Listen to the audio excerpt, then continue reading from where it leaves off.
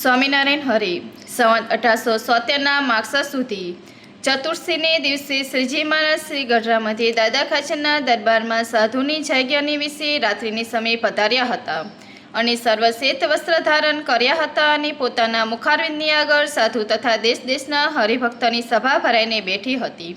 પછી શ્રીજી મહારાજે પ્રશ્ન પૂછ્યો છે, સર્વ સાધનમાં કયું સાધન કઠણ છે? ત્યારે સર્વ બ્રહ્મચારી સાધુ તથા ગૃહસ્થ તેમને પોતાની સમજણ પ્રમાણે ઉત્તર કર્યો, પણ થયો નહીં.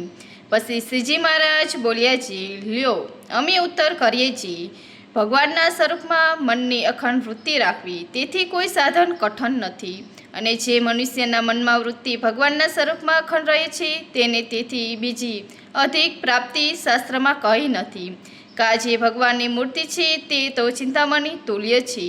જેમ ચિંતામણી કોઈ પુરુષના હાથમાં હોય, તે પુરુષ જે પદાર્થને ચિંતવે તે તો પ્રાપ્ત થાય છે, તેમ ભગવાનની મૂર્તિને વિશે જેના મનમાં અખંડ વૃત્તિ રહે છે તે તો જીવ, ઈશ્વર, માયા ને બ્રહ્મ એમના સ્વરૂપને જો જોવાને ઈચ્છે તો તત્કાળ દેખે છે.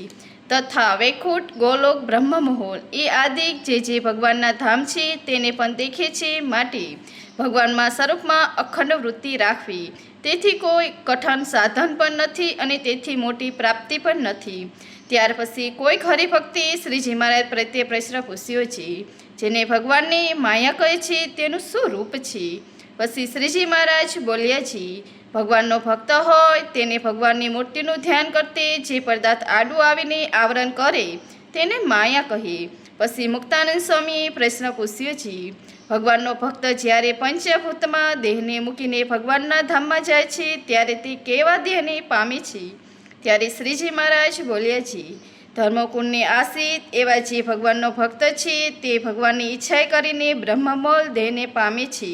અને જ્યારે દેહને મૂકીને ભગવાનના ધામ પ્રત્યે જાય છે ત્યારે કોઈક તો ગરુડ ઉપર બેસીને જાય છે, ને કોઈક તો રથ ઉપર બેસીને જાય છે, અને કોઈક તો વિમાન ઉપર બેસીને જાય છે.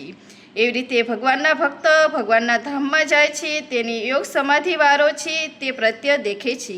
પછી વળી કોઈક હરિભક્તે પૂછ્યું છે, કેટલાક તો ઘણા દિવસથી સત્સંગ કરે છે તો પણ તેને જેવી પોતાની દેહને દેહના સંબંધને વિશે ગાઢ પ્રીતિ તેવી સત્સંગમાં ગાઢ પ્રીતિ થતી નથી, તેનું શું કારણ છે? પછી શ્રીજી મહારાજ બોલ્યા છે, એને ભગવાનનું મહાત્મય સંપૂર્ણ જાણવામાં આવ્યું નથી. અને જે સાધુની સંગે કરીને ભગવાનનું મહાત્મય પરિપૂર્ણ જાણવામાં આવે છે તે સાધુ જ્યારે પોતાના સ્વભાવ ઉપર વાત કરે છે ત્યારે સ્વભાવને મૂકી શકતો નથી. અને તે વાતના કરનારને જે સાધુ તેનો અવગુણ લે છે તે પાપી કરીને સત્સંગમાં ગાઢ પ્રીતિ થતી નથી. કાજે અન્ય સ્થળને વિશે જે પાપ કર્યા હોય તે સંતને સંગે કરીને જાય, અને સંતને વિશે જે પાપ કરે છે તે તો પાપે તો એક સંતના અનુગ્રહ વિના બીજો કોઈ સાધન કરીને ટળતો નથી, તે શાસ્ત્રમાં કહ્યું છે. તે માટે સંતને અવગુણ જો ન લે તો તેની સત્સંગમાં દઢ પ્રીતિ થાય. ઇતિ વૈષ્ણવમૂઢ ગઢડા પ્રથમનું પહેલું પૂરું થયું. સહેજાનંદ સ્વામી મહારાજની જય.